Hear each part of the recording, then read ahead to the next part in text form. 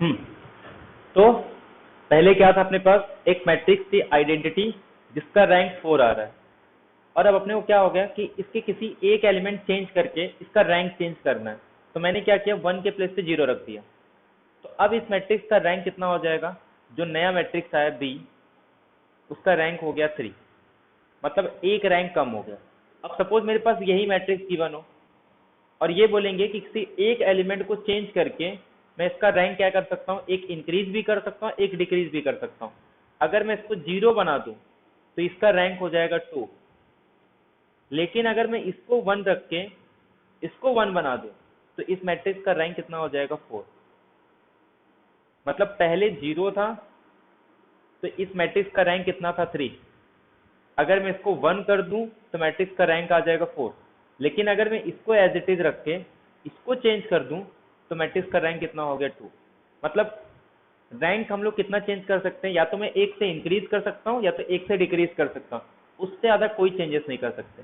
तो किसी मैट्रिक्स का रैंक अगर n है तो उसका एक एलिमेंट चेंज करने पे या तो रैंक n+1 होगा या तो रैंक n-1 होगा, उससे कम नहीं हो सकता, उससे ज्यादा नहीं हो सकता। ये क्लियर है। अब सपोज मुझे फ्रीडम मिल जाए कि मैं इस मैट्रिक्स के किसी दो एलिमेंट को चेंज कर दूं। तो पहले तो देखो इस मैट्रिक्स का रैंक कितना था, 3। अगर मुझे फ्रीडम मिले कि इसके दो एलिमेंट को चेंज करूं, एक काम करते ये भी नहीं, ये वाला ले लेते 2। ये मेरे पास गिवन मैट्रिक्स है।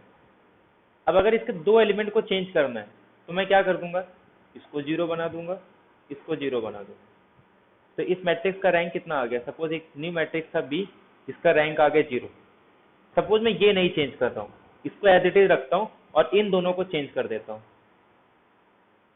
अब इस मैट्रिक्स का रैंक कितना आ गया, सी एक मैट्रिक्स 4। मतलब दो एलिमेंट चेंज करने पे मैट्रिक्स 2 से कम हो गया और 2 से प्लस हो गया। मतलब जो न्यू मैट्रिक्स आ रही है उसका मैट्रिक्स या तो मैं 2 से इंक्रीज कर सकता हूँ या तो 2 से डिक्रीज कर सकता हूँ। तो अगर सपोज मुझे फ्रीडम मिले कि इसके किसी के एलिमेंट को मैं चेंज कर सकता हूँ तो कितना डिफरेंस होगा, जो न्यू मैट्रिक्स आएगा वो या तो प्लस के से उसका रैंक इंक्रीज हो सकता है या तो माइनस के से उसका रैंक डिक्रीज हो सकता है। कब, जब हम लोग किसी के एलिमेंट को मैट्रिक्स से चेंज करेंगे। ये पॉइंट क्लियर है सबको।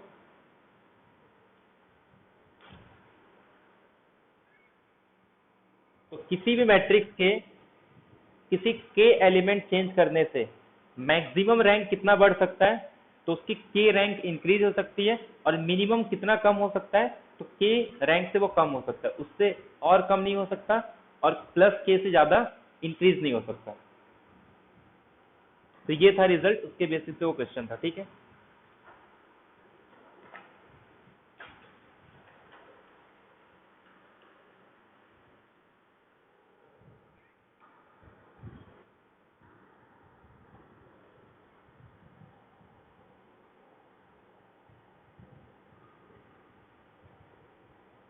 लेट ए बी अ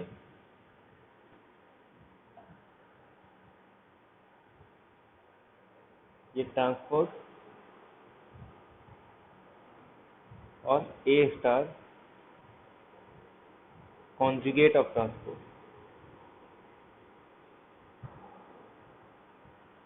ठीक है, then rank of A star A is equal to rank of ए,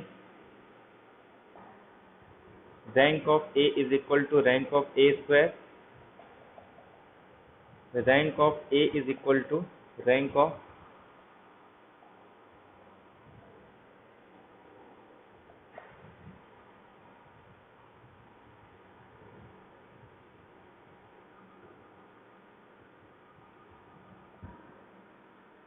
कौन सा ऑप्शन करेक्ट होगा इसमें से,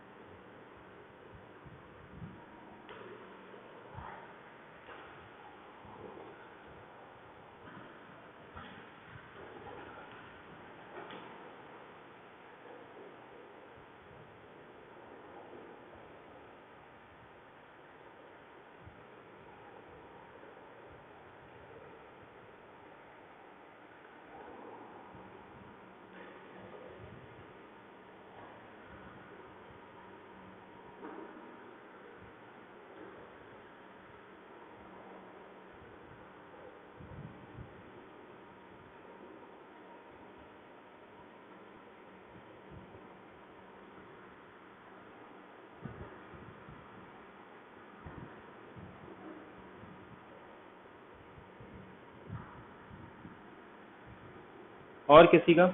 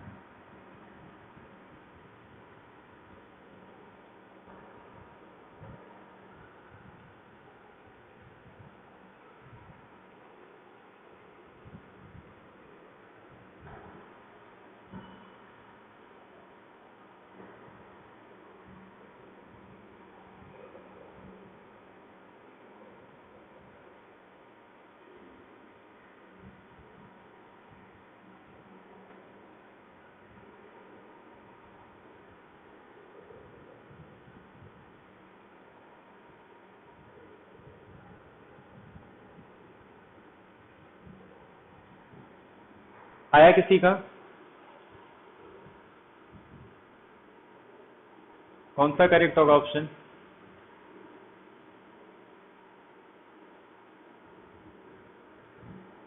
शुभम?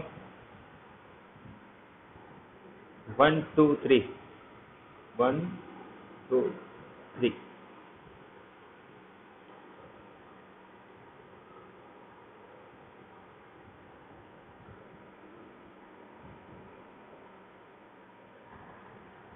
ए स्टार ए और रैंक ऑफ ए।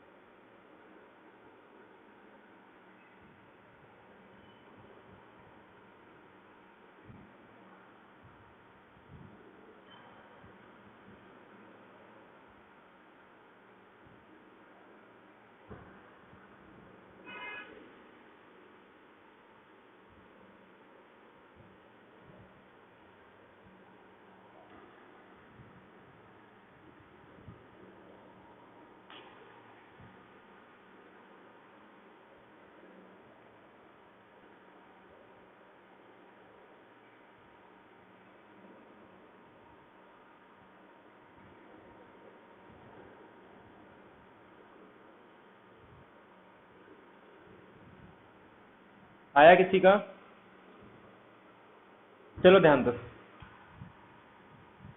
तो जब भी इस टाइप के क्वेश्चन आते हैं, सबसे पहले तो काउंटर एग्जांपल ढूंढो। पहले काउंटर एग्जांपल ढूंढते हैं, उसके बाद फिर रिजल्ट देखते हैं क्या रिजल्ट है और कैसे हम लोग इसमें से अगर जो भी ट्रू आ गया, इसका मतलब क्या है कि वो भी अपने पास एक रिजल्ट आ जाएगा। पहले देखते हैं ये वाला सेकंड वाला ऑप्शन। अब ये समझ में नहीं आ रहा है क्योंकि इसके लिए तो डायरेक्ट कोई काउंटर एग्जांपल डायरेक्ट ढूंढ नहीं सकते। तो पहले ये सिंपल सिंपल वाले देखते हैं क्या इसके लिए कोई काउंटर एग्जांपल मिल रहा है। कह रहा है ए और ए स्क्वायर का रैंक होगा सेम होगा, ये तो डायरेक्ट रॉन्ग कर दो। क्यों? क्योंकि अपने को पता है कि ऐसे बहुत सारे मैट्रिक्स हैं जो नॉन जीरो मैट्रिक्स हो बट उनका स्क्वायर क्या हो जाएगा, जीरो मैट्रिक्स। और अपने को एक रिजल्ट पता है कि किसी भी मैट्रिक्स का रैंक जीरो है, इसका मतलब वो मैट्रिक्स जीरो है। अगर कोई नॉन जीरो मैट्रिक्स है, अरे क्योंकि अगर कोई नॉन जीरो मैट्रिक्स आएगा, इसका मतलब उसका रैंक हमेशा greater than is equal to 1 होगा। मैट्रिक्स जीरो है तभी उसका रैंक जीरो होगा, और rank zero implies matrix zero. क्यों? क्योंकि अगर किसी नॉन जीरो मैट्रिक्स में एक तो एंट्री मिल ही जाएगा ना नॉन जीरो, मतलब उसके पास एक 1 क्रॉस 1 ऑर्डर का नॉन जीरो माइनर है, तो इसका मतलब उसके पास रैंक तो हमेशा ही 1 हो जाएगा। तो जीरो कब होगा? जब उसके पास कोई भी 1 क्रॉस 1 ऑर्डर का माइनर नहीं मिलेगा जो कि नॉन जीरो हो। तो ये तभी हो सकता है जब वो जीरो जीरो सारे एंट्री जीरो हो। अगर सारे 1 0 एंट्री है तो कोई भी 1 ऑर्डर का नॉन जीरो एलिमेंट उसको नहीं मिलेगा। ठीक है,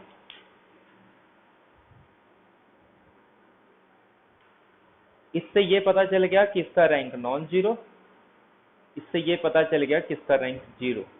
तो ये दोनों तो इक्वल हो ही नहीं सकते। मैट्रिक्स मिले या ना मिले, इतना तो पता है कि एक नॉन जीरो मैट्रिक्स का स्क्वायर करने पे 0 आता है। तो अगर एग्जाम में नहीं भी बन रहा है तो ये रिजल्ट पता होना चाहिए। बाकी ऐसे बहुत सारे मैट्रिक्स मिल जाएंगे। निलपोटेंट मैट्रिक्स सबसे अच्छा मैट्रिक्स, कैसे कंस्ट्रक्ट करते हैं, अरे सुपर अपर ट्रायंगुलर मैट्रिक्स। और अपने को पता है जब सुपर अपर ट्रायंगुलर मैट्रिक्स इस फॉर्म का बनाते हैं तो अपने को पता है कि जब इसका स्क्वायर करूंगा तो ये 0 आ जाएगा। ये हम लोग कंस्ट्रक्ट किए थे जब निलपोटेंट मैट्रिक्स पढ़ रहे थे तब। 0 0 0, इसका रैंक 0, इसका रैंक 1, तो ये एलिमिनेट हो गया। अब यहीं से इसी से ये भी एलिमिनेट हो जाएगा। ध्यान दो यहाँ पे क्या हुआ,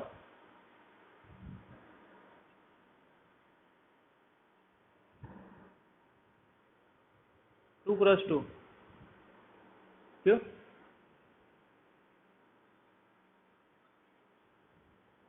तो क्या हुआ उससे, सेम नहीं ले सकते, एम और एन पे कुछ कंडीशन थी।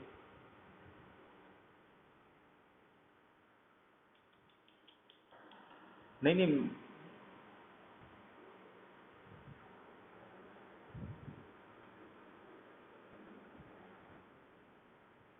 नहीं नहीं, मैं समझा नहीं। नहीं नहीं, जैसे अगर फॉर एग्जांपल एम और एन पे कोई कंडीशन नहीं दिया है, हाँ वो तो ले सकते हैं, अपने को बाकी ही मिल जाएगा।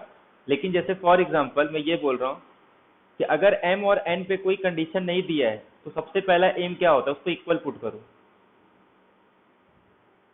एम और एन पे कोई कंडीशन दिया है उसमें, इसका मतलब ये है कि डिस्टिंक्ट भी ले सकते हैं। जैसे क्या होता है मैं बता रहा हूँ, अगर n क्रॉस n दिया है ना, इसका मतलब डिफरेंट मत लो। ये दिया है इसका मतलब डिस्टिंक्ट ले सकते हैं, बट इसका मतलब ये नहीं कि इक्वल नहीं होगा। दोनों में डिफरेंस पता है। अगर n क्रॉस n दिया है तो मतलब रिस्ट्रिक्शन ये है कि डिफरेंट मत लो, और m क्रॉस n दिया है इसका मतलब पॉसिबिलिटी है कि अगर काउंटर एग्जांपल ढूंढ रहे हो तो डिफरेंट का भी काउंटर एग्जांपल ले लो। बट इसका मतलब ये नहीं कि सेम का काउंटर एग्जांपल नहीं ले रहे, हम लोग काउंटर एग्जांपल लेके एलिमिनेट कर रहे हैं। एम और एन पे अगर कंडीशन होता ना तब बात अलग थी। समझ में आ रहा है ये,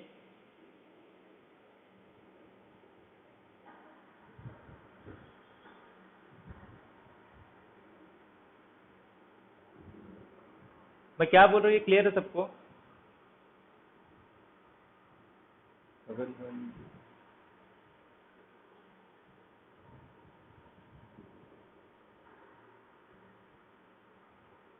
हेलो,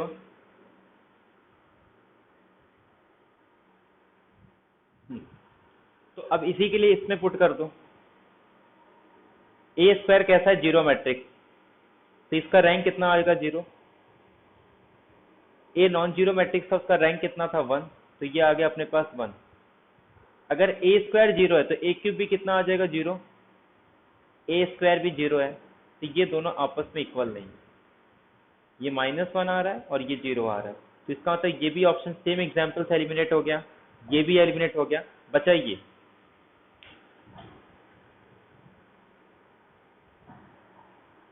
कैसा होता है, अगर अपने को स्क्वायर मैट्रिक्स में काउंटर एग्जांपल नहीं मिलते तो हम लोग एक काम करते हैं, कोई रेक्टेंगल वाला मैट्रिक्स लेते हैं, मतलब जिसमें उसका स्क्वायर मैट्रिक्स नहीं है।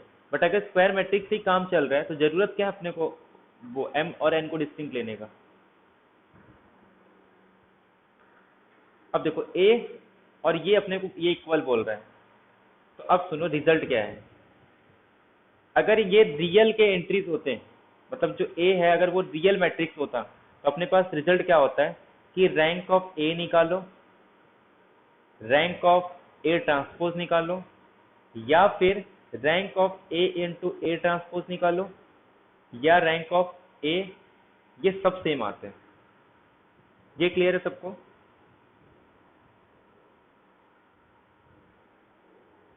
ए transpose A into A transpose into A. बहुत बार क्वेश्चन में इस तरीके के एग्जाम्पल आते हैं, अपने को ये पूछा रहता है, तो ऑलरेडी अगर अपने को ए का रैंक मिल गया तो हम लोग डायरेक्ट क्या बोल सकते हैं, इसका भी रैंक क्या होगा, ए। तो ये पहला पॉइंट है। लेकिन जब मैट्रिक्स मेरा कॉम्प्लेक्स एंट्री, मतलब जिसके एंट्री आ रहे हैं वो कॉम्प्लेक्स से आ रहे हैं, तो इसमें कॉन्जुगेट भी आ जाएगा। तो फिर rank of A is equal to rank of A transpose is equal to rank of A into A star is equal to rank of A star into A, rank of A conjugate into A, rank of A into A conjugate. But इसमें अगर entry मेरे complex से आ रहे हैं ना, तो ये equal नहीं होता। ये पॉइंट याद रखना। ये सारे रिजल्ट आएंगे कॉम्प्लेक्स एंट्री के लिए। रियल में तो ये सब होता ही नहीं है कॉन्जुगेट वगैरह। तो लेकिन जब कॉम्प्लेक्स